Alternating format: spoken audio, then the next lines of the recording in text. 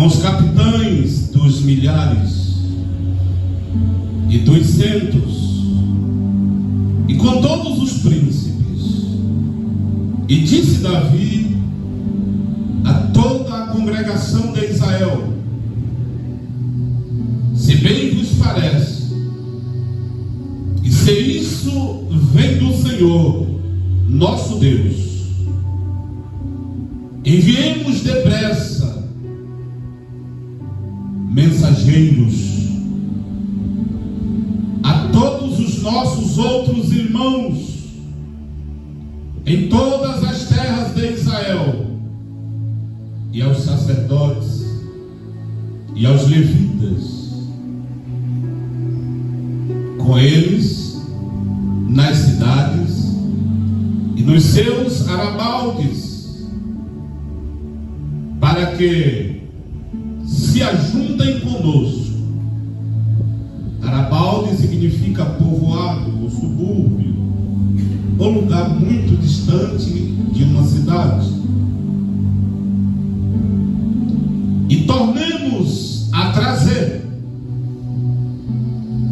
para nós a arca do nosso Deus, porque não a buscamos nos dias de Saul. Então disse toda a congregação que assim se fizesse, porque este negócio pareceu reto aos olhos de todo o povo.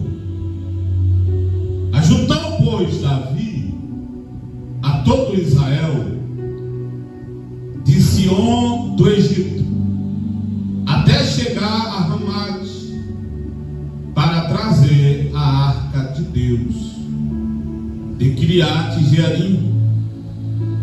E então Davi, com todo Israel, subiu a Balaã, e dali a Kiriat Jearim, que está em Judá, para fazer subir dali a arca de Deus, o Senhor que habita entre os querubins, sobre a qual é invocado o seu nome. E levaram a arca de Deus sobre um carro novo da casa de Aminadab, e Uzá e Aiô guiavam o carro. Davi e todo Israel alegravam-se perante Deus com toda a sua força, em cânticos, com harpas, com alaúde e com tamborins, e com símbolos e com trombetas. E chegando à eira de Quidom, estendeu Uzá a mão para segurar a arca, porque os bois tropeçaram. Então se acendeu a ira do Senhor contra Uzá, e o feriu por ter estendido a mão à arca, e morreu ali perante Deus. E Davi se encheu de tristeza de que o Senhor houvesse aberto brecha em Uzá, pelo que chamou aquele lugar de Pérez Uzá até o dia de hoje. Pérez Uzá significa infração de Uzá. E naquele dia temeu Davi ao Senhor, dizendo: como trarei a minha arca de Deus? Pelo que Davi não a trouxe, a arca a si, a cidade de Davi, porém a fez retirar a casa de Obed-edom, o geteu. Assim ficou a arca de Deus com a família de Obed-edom 3 meses em sua casa, e o Senhor abençoou a casa de Obed-edom e tudo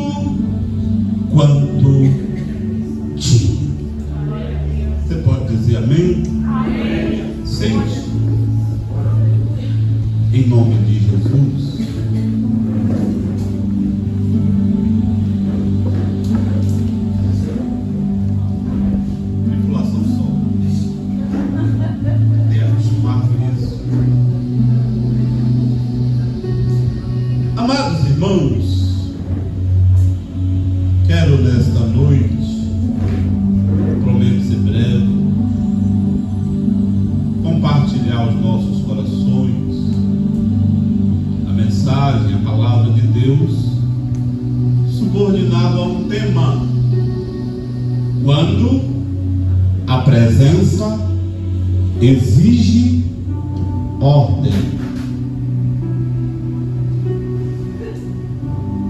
O relato paralelo da mudança da arca, descrito em Samuel 5 e 6, mostra-nos que os projetos de construção de Davi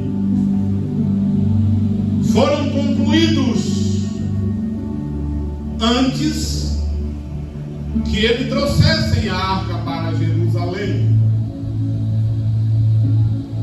O cronista, no entanto,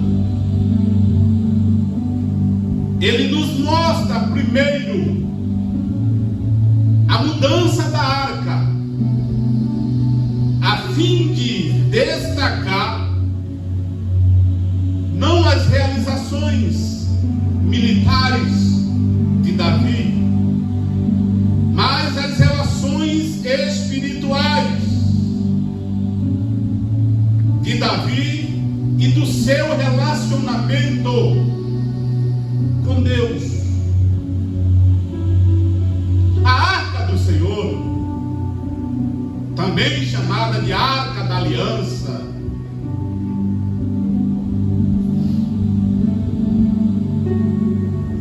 é o objeto sagrado mais importante da fé dos hebreus. O rei Davi já havia feito de Jerusalém a capital política, como descreve o capítulo 11, versículo 4 ao 9. Agora Davi conduzia para lá a arca de Deus, a fim de também fazer de Jerusalém a capital nacional da adoração, ou a cidade santa, como é conhecida até os dias atuais.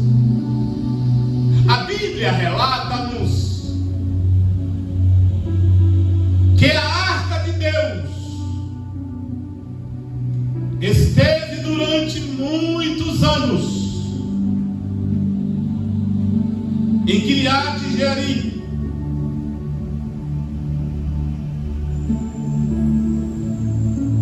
A Bíblia relata que durante muitos anos a presença de Deus esteve naquela cidade e ninguém se importava com ela.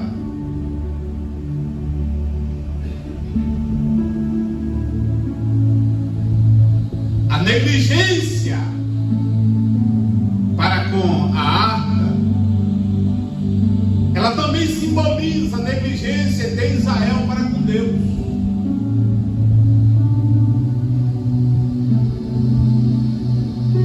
Trazer de volta a arca, introduzi-la no meio de Israel, no centro da vida de Israel, refletia o desejo de Davi de relembrar a nação, de relembrar ao seu povo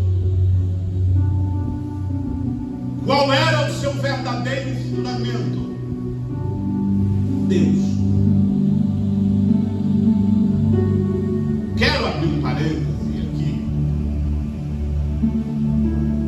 para fixar em nossas mentes que, quando nós negligenciamos tudo que nos aproxima de Deus, tudo que nos lembra Deus, exemplo, a leitura da palavra, a igreja,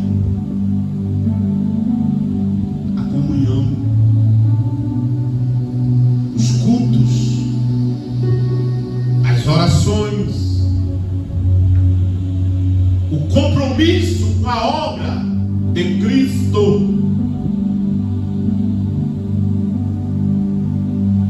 também nos fará negligenciar ao Criador.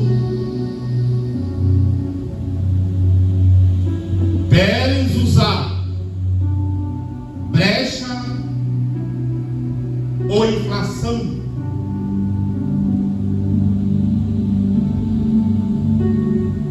contra Deus para usar. Era proibido tocar a presença. Para mim e para você é proibido não tocar a presença. Quando nós não nos esforçamos para tocá-lo, para estar perto, para nos relacionarmos com Ele, estamos abrindo brechas, estamos cometendo infração contra Deus.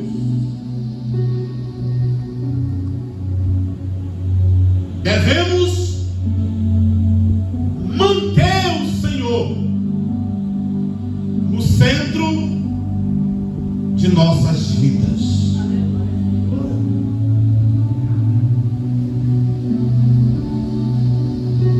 Quero lembrá-los que a igreja de Cristo, ela precisa de fogo, mas ela também precisa de fundamentos.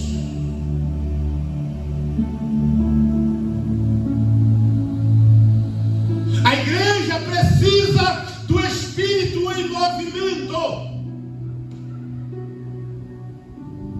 mas sobre a direção da palavra.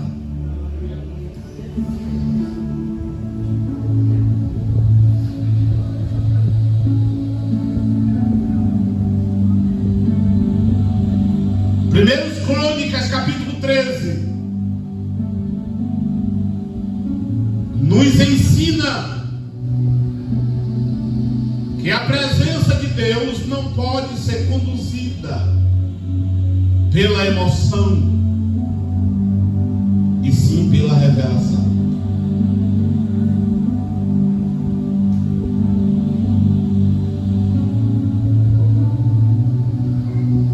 Palavra sem espírito gera frieza, e espírito sem palavra gera confusão.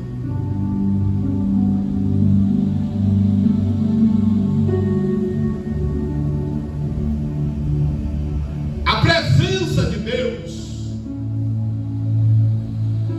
ela sempre será desejada pela vida dos crentes fiéis. No entanto, ela precisa ser buscada de forma correta. Davi deseja trazer a arca, e esse desejo não foi de particularidade sua. A Bíblia diz que o povo concordou com a ideia. Só teve um problema: a lei, a palavra não foi consultada. O Espírito, ele impulsiona, o Espírito, ele instiga o crente a fazer o que agrada a Deus. Mas esse exercício, esse trabalho, este culto, esta adoração precisa ser conduzido pela palavra de Deus.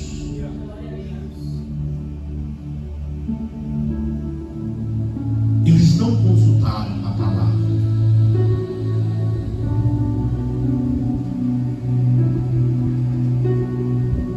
O Espírito desperta o desejo, mas é a palavra que orienta o caminho. Então não me venha com achismo, eu senti, eu quero fazer, eu vou fazer, eu vou atropelar tudo. Não faça isso.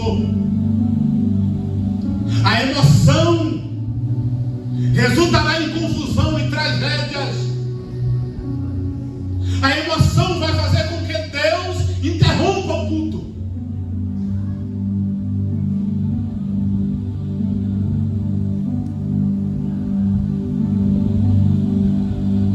Métodos humanos não podem substituir ordenanças divinas.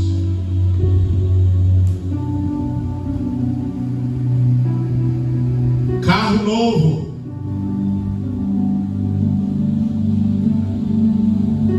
solução criativa, boa ideia, prática atraente.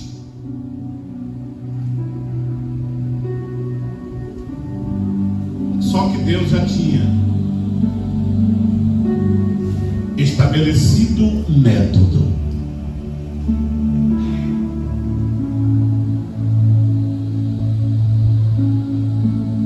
Não existe na Bíblia um culto mais organizado do que este.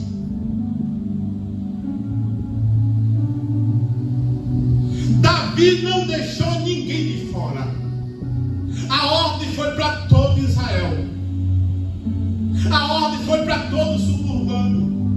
Todos que estivessem em terra longínqua, distante da cidade, não deveria faltar ninguém a este culto. Todos estavam de acordo. Mas um detalhe causou a interrupção daquela grande festa. A música, ela tocava harmoniosa. Os instrumentos tocavam de forma celestial.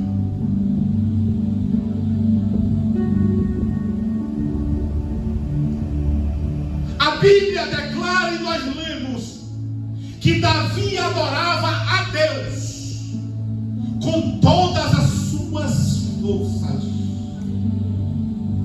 Davi entregou tudo. Ele deu o seu melhor. A nação regozijava, o povo se alegrava, havia dança, havia regozijo, havia alegria, a casa estava cheia, o culto estava fervoroso. Mas a palavra, ela foi negligenciada. Logo,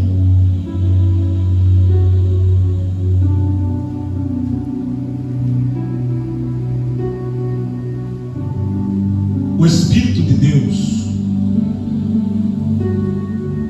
ele sempre nos dará criatividade.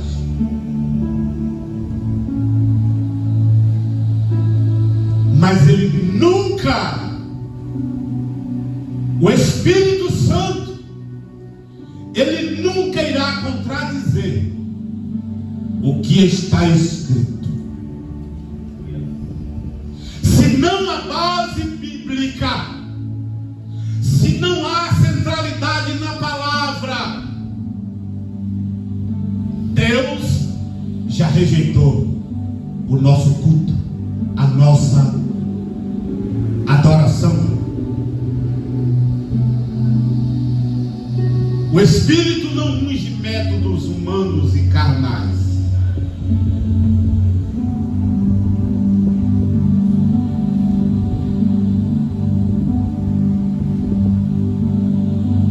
O culto estava pegando fogo, mas eles trouxeram um método filisteu para adoração a Deus. Carro novo, Hoje esse carro novo, ele significa espetacularização do culto, pragmatismo, ou seja, se está atraindo gente, tá bom. O carro novo também hoje significa copiar métodos, modelos seculares ou mercadológicos. E infelizmente é a nossa prática predileta. Nunca em toda a história da igreja se copiou tanto método filisteu, humanos, carnais, para introduzirmos na adoração ao Deus único, quando ele já estabeleceu um padrão, um modelo, onde eu e você devemos adorá-lo na beleza da sua santidade, em espírito e em verdade. Em espírito e em verdade. Métodos mudam, princípios não.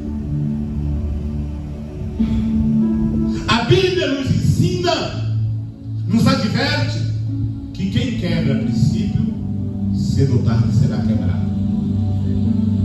E não importa o quanto livre nos achemos, quem quebra princípio será quebrado. Quando o método é mais importante do que a palavra, a arca balança, fica em perigo.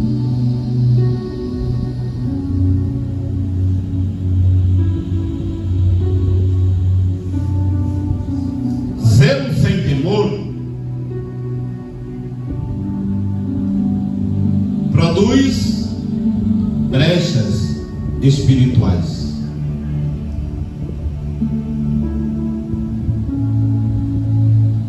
Usar age com zelo, mas sem submissão.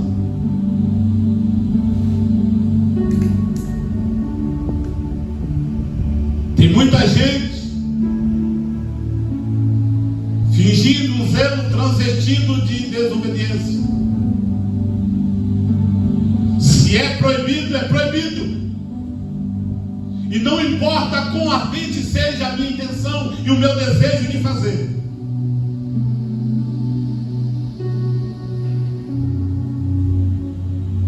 Boa intenção não impediu o juízo.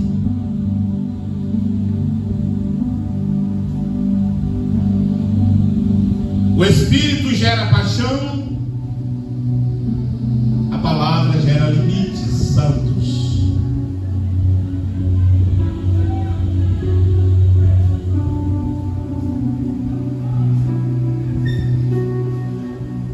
Uzá havia passado 20 anos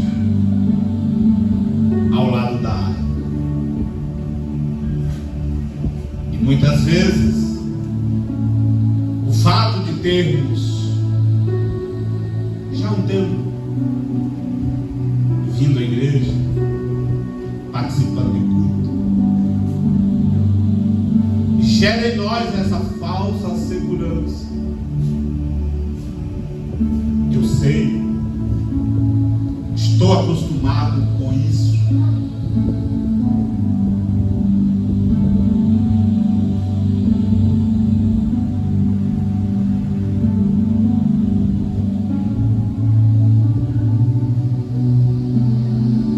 Quando ele estende a mão, no impulso, no improviso, Bíblia relata que a ira de Deus se acendeu contra ele, e ele cai morto, e o culto é imediatamente interrompido.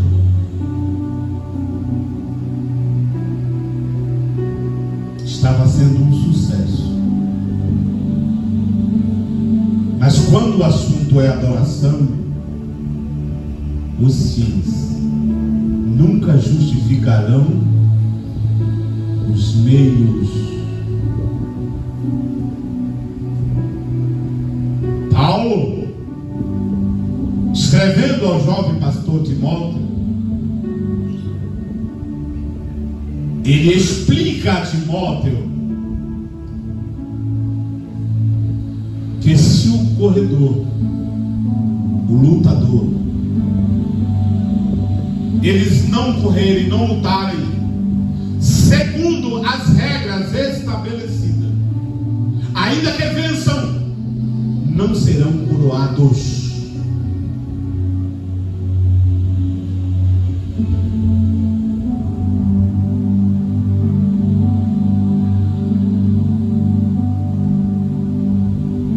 O temor do Senhor é o que restaura o caminho da presença.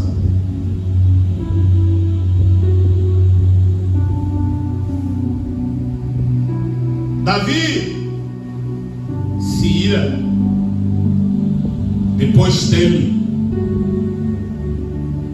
O temor corrige o culto.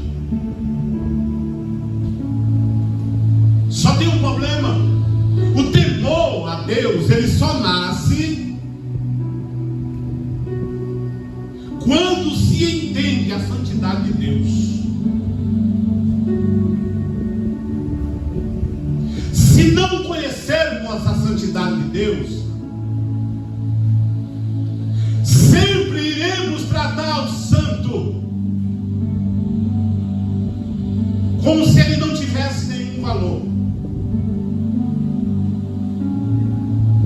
Salomão declara que o temor do Senhor é o princípio da sabedoria, e os loucos as desprezam. E como se descobre o temor do Senhor? Conhecendo através de métodos humanos improvisados, não através da sua palavra. É através da palavra que descobrimos o temor do Senhor. Iremos evitar que brecha seja aberta em nós.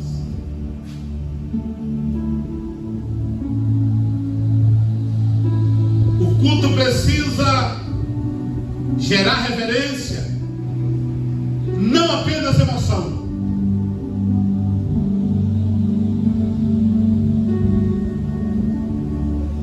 Sei que vocês são inteligentes,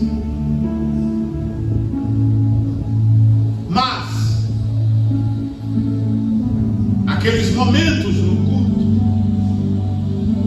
em que os instrumentos tocam de forma harmoniosa, em que aqueles louvores dão aquela mexida no nosso coração e no ego também, as lágrimas caem muitas vezes.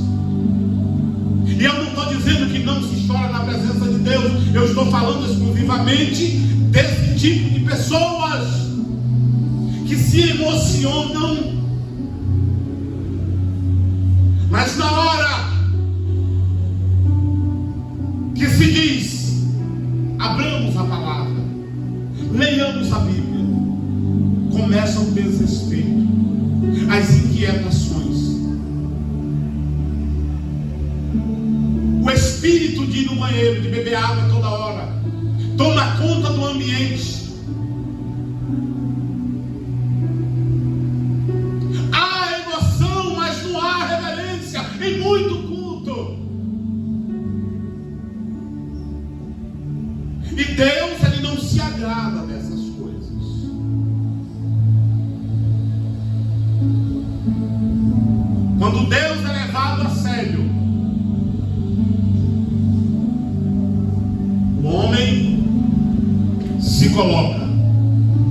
no lugar certinho. Quando Deus é levado a sério, nós estaremos no lugar certo. Onde o Espírito convence, a palavra corrige. E onde a palavra corrige, o Espírito restaura.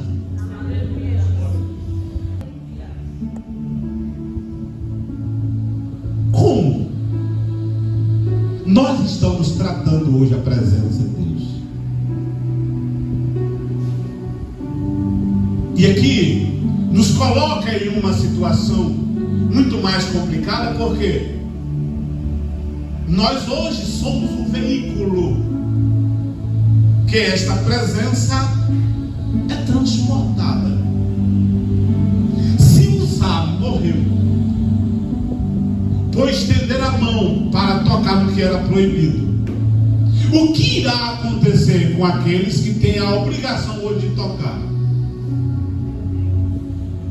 e de carregá-la, seguindo todos os princípios estabelecidos?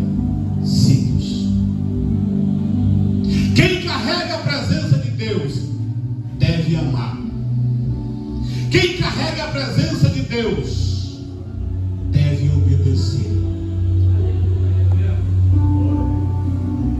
João, nas suas cartas, ele descreve a diferença entre os filhos de Deus e os filhos do diabo. Os filhos de Deus amam e obedecem. João declara que aquele que não ama seu irmão é do maligno. O amor e a obediência é a marca dos filhos de Deus. Como estamos carregando a presença de Deus? Não é porque ninguém foi fulminado ainda que não haverá acerto de contas. Se brechas estão sendo abertas, infrações estão sendo cometidas contra a presença de Deus, haverá acerto de contas.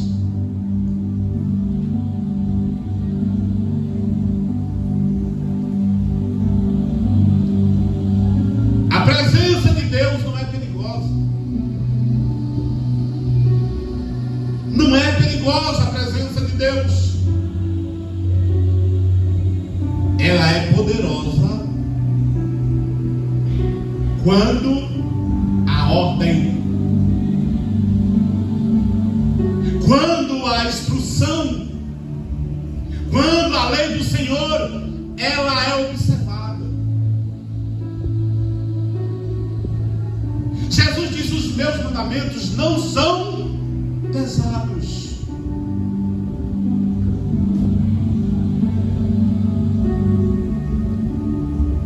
Deus procura uma igreja cheia do Espírito, sim,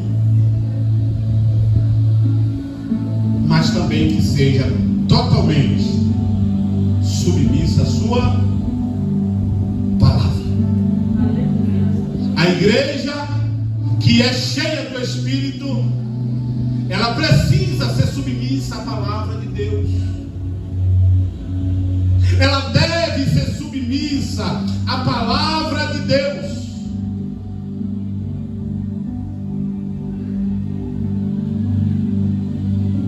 O Espírito, ele nunca irá substituir a palavra, e nem a palavra nunca irá apagar o Espírito.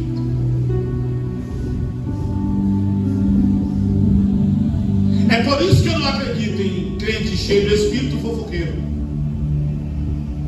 Eu não acredito em crente cheio do Espírito rancoroso. Porque uma coisa completa a outra. Aqueles que são guiados pelo Espírito não vivem pecando. E os frutos nós conhecemos. Sabemos que são necessários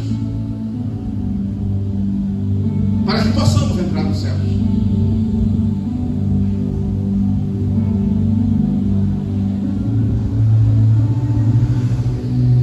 É por isso que o Senhor, Ele nos convida a ajustar o modelo. Deus, Ele nos convida nesta noite a ajustar as nossas vidas, a ajustar a adoração. Como é que você tem adorado? Como é que você tem carregado a presença? Como é que nós temos carregado a presença de Deus?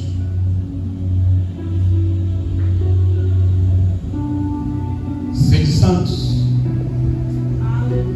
em toda a vossa maneira de viver, porque eu, o Senhor, que eu os chamei, sou santo.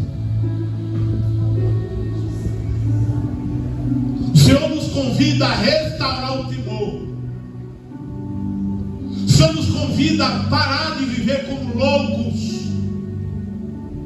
porque é dessa forma que Deus trata com quem quer servi-lo de qualquer maneira, com quem não se submete à sua palavra. Loucos.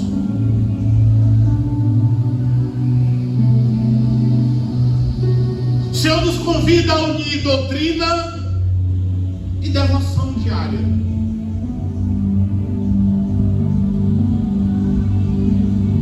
O Senhor nos convida a buscar a sua presença, segundo a sua ordem e na plenitude do Espírito. A gente peca o dia inteiro, peca o mês inteiro, não há arrependimento, não há temor, e entramos na casa de Deus de qualquer maneira.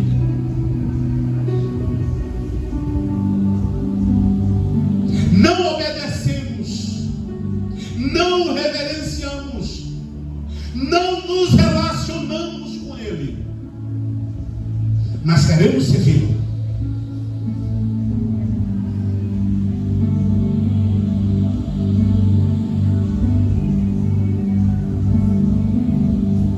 Deus me chamou.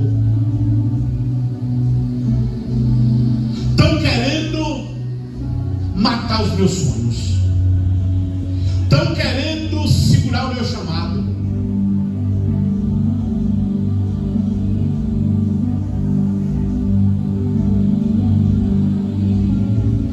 A glória de Deus,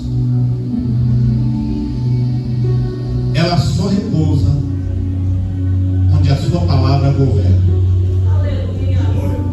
Se o culto não tem palavra, se a palavra ela não é reverenciada, se a palavra de Deus ela não tem o devido lugar num culto, numa igreja, a graça, a bondade, o favor, a glória de Deus nunca repousará sobre tal lugar.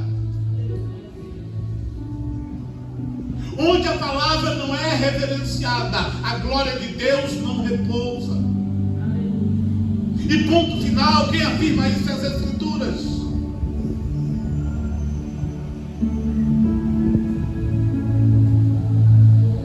Você não precisa escolher entre a palavra e o Espírito, até porque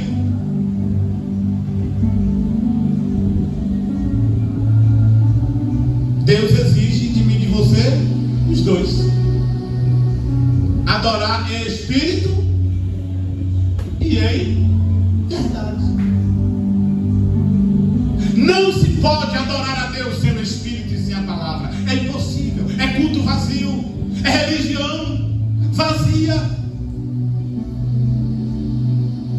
Deus só recebe louvores, Deus só recebe culto que é celebrado a Ele em espírito e em verdade.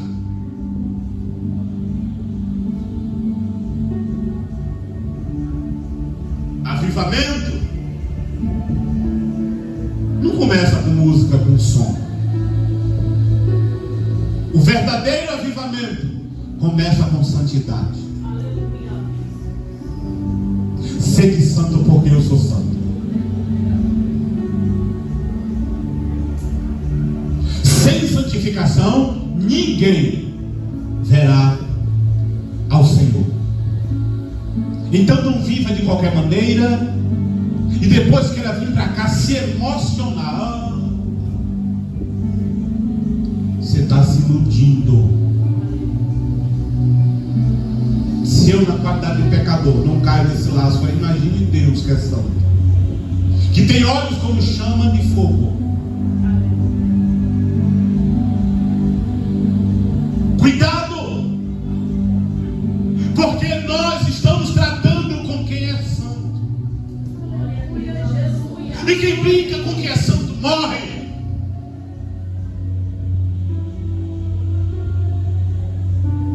Tem gente que não morreu ainda fisicamente, mas já está morto. Espiritualmente não se deu conta. Porque o que faz melhor é brincar com o sagrado.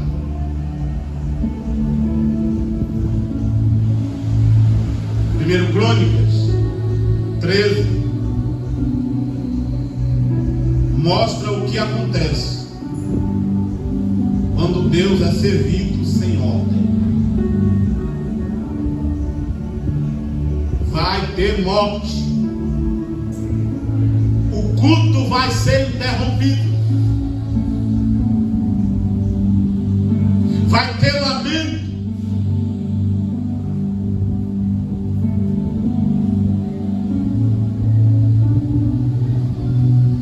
Deus não rejeita a adoração, mas Ele sempre vai corrigir o adorador.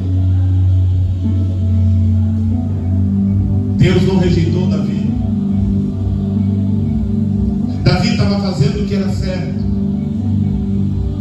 O desejo no coração de Davi foi uma ação do Espírito Santo. O erro foi deixar a palavra de lado.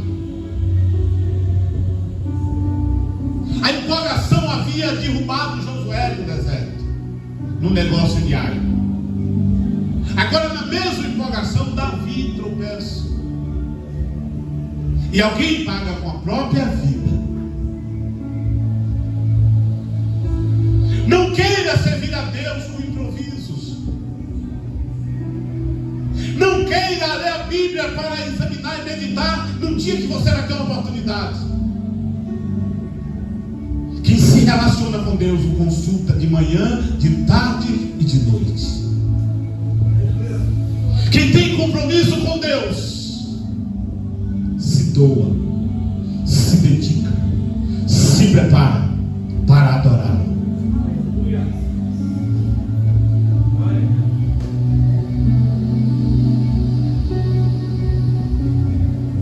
Deus também não rejeita o zelo.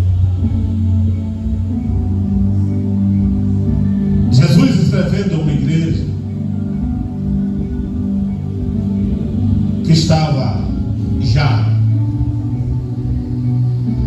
a ponto de ser vomitada da boca dele, pois não era nem fria e nem quente. Ele diz: ser zeloso e arrepende-te. O zelo é importante quando fazemos, exercemos, executamos a obra de Deus. O que Deus rejeita é zelo transvestido de desobediência. O zelo na medida, o zelo em conformidade com a palavra, em alinhamento com a palavra, é necessário para que possamos adorá-lo ao Senhor. Não é a intensidade do culto que agrada a Deus. A coisa estava boa naquele culto.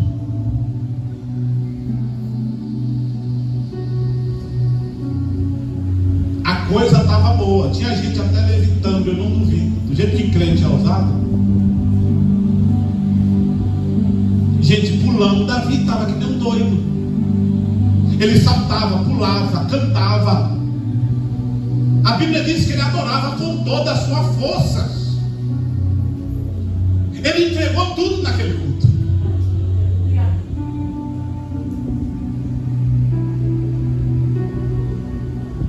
Mas a fidelidade à palavra foi deixada de lado. Deus diz: a minha presença, o objeto que simboliza a minha presença, deve ser carregado nos ombros dos levitas. Aí eu lhe pergunto: essa presença está sendo carregada nos ombros de quem hoje? Dos crentes. Cuidado com esse boi no tropicar.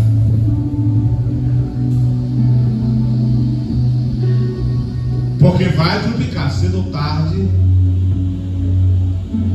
a presença vai chacoalhar. Ela não vai cair, mas ela vai chacoalhar. E alguém vai morrer.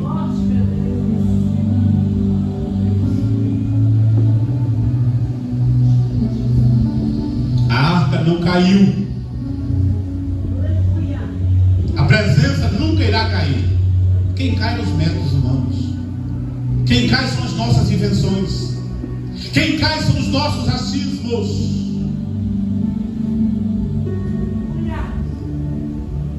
A arca não caiu. Quem caiu por terra foi o método filisteu.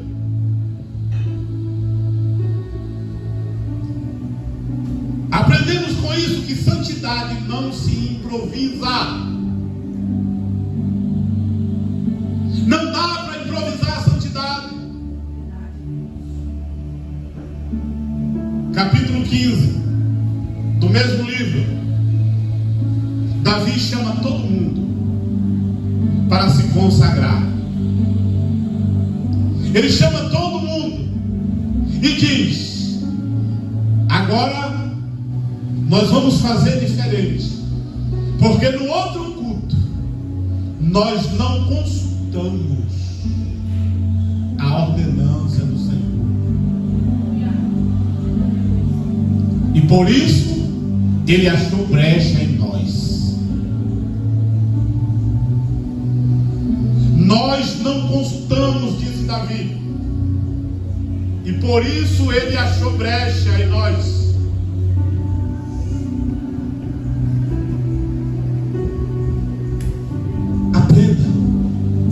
Aprendamos.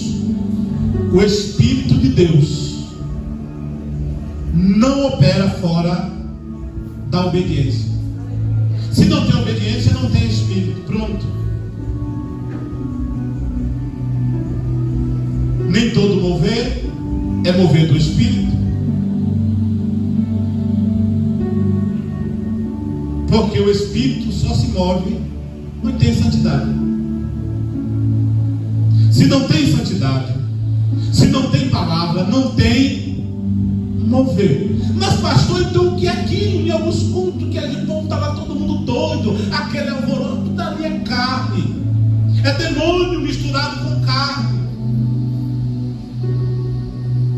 Um culto em que Jesus não tem primazia, Satanás deita e rola. O fogo só desce quando o altar está preparado. Uzá agiu no impulso, não esperou, não discerniu e não temeu.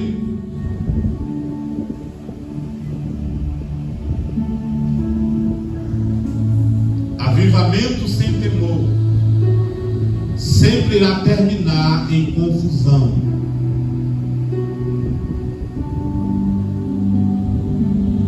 Onde o Espírito governa, a carne não improvisa. Onde o Espírito governa, o louvor, o culto será em espírito e em verdade. Vai ter manifestação poderosa, vai ter língua, vai ter revelação, vai ter choro, clamor, vai ter tudo, mas a palavra também não vai faltar. Pois é ela quem santifica, João 17:17. É ela que liberta, João 8:32. Se não tem palavra, é movimento vazio.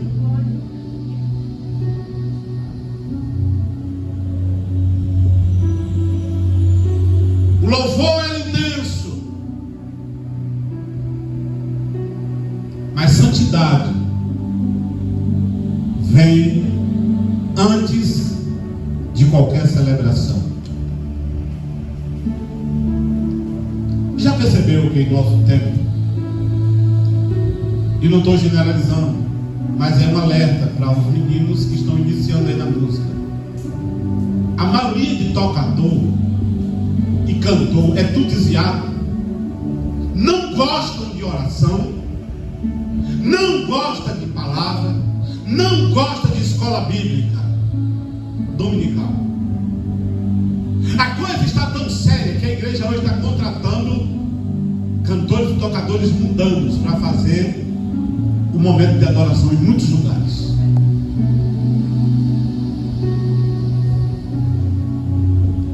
Se o Espírito Santo está te chamando para adorar, se o Espírito Santo está te chamando para tocar na casa de Deus, saiba que isso não pode ser feito à base de brincadeiras. Isso precisa ser feito com temor e tremor.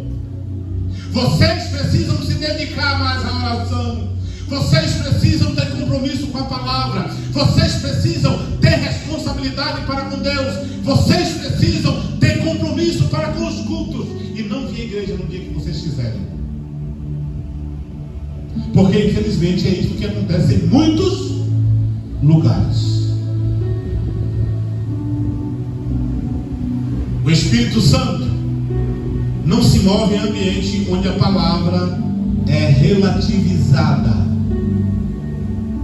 onde a palavra não tem valor, não tem primazia, onde abre a palavra, lê um texto e fecha a Bíblia e ficam contando historinha. O Espírito de Deus não se move.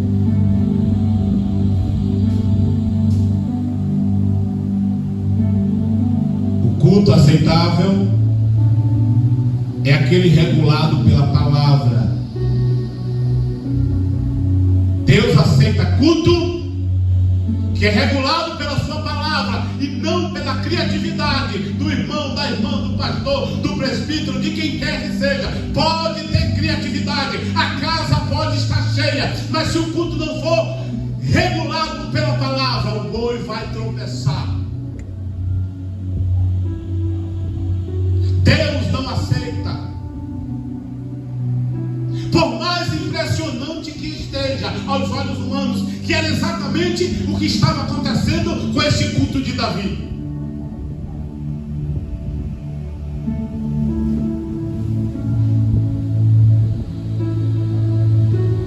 Deus é adorado conforme Ele ordena. Jesus disse à mulher samaritana: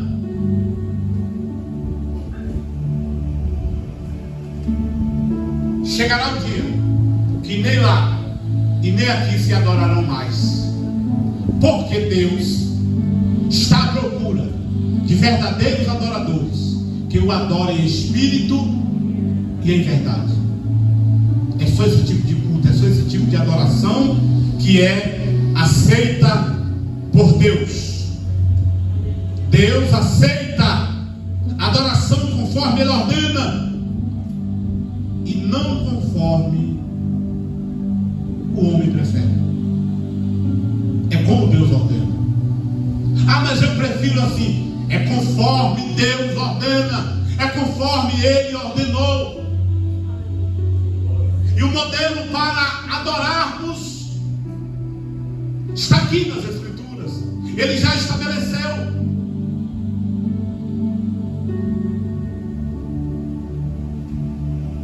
Davi aprende o temor do Senhor. E o temor, ele nasce de correções. Quanto a maior compreensão de Deus,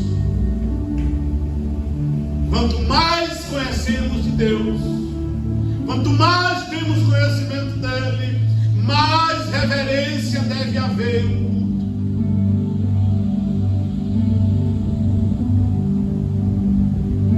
Sem palavra não há mover legítimo. Sem ordenância não há culto aceitável. A presença de Deus não negocia. Ou é segundo a palavra, ou não é Deus. Ou é segundo o que está escrito, ou não é Deus. Pois foi assim que Jesus botou o diabo para correr. Está escrito, está escrito. Não é conforme o que você pensa, não é conforme o que eu acho, não é conforme o que nós achamos, é conforme o que está escrito.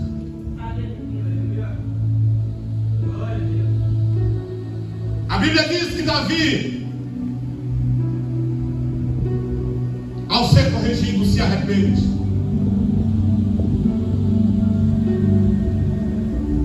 Ele vai buscar a presença de Deus, pois o temor caiu sobre ele. Ele disse: não posso levar a presença de Deus comigo mais não. Esse negócio tem que ir para outro lugar. Já matou um, e se esse culto continuar, alguém mais vai morrer. Leva para a casa de Obed-Edom.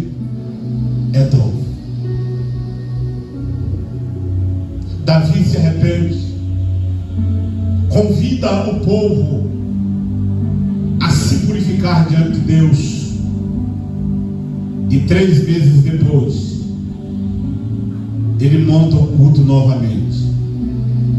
E agora chega na casa de Obed-Edom e bate na porta: só Obed, eu vim buscar a presença de Deus, ela vai comigo. Obed tinha sido abençoado, tinha sido curado, a sua fazenda, o seu sítio tinha sido multiplicado, Obed tinha enriquecido. Quando Davi disse: eu vou levar a presença de Deus comigo, Obed disse: eu também vou junto. Agora eu não vou ser mais fazendeiro, eu vou ser porteiro do tabernáculo. E por incrível que pareça, ele está lá no meio dos porteiros. Eu não sei como isso aconteceu, porque nós examinamos e percebemos que deveria ser levita, alguém com raiz, sabe, alguém que já fizesse mais. Obed-Edom pode ler lá o texto, que ele vai estar lá na contagem dos porteiros,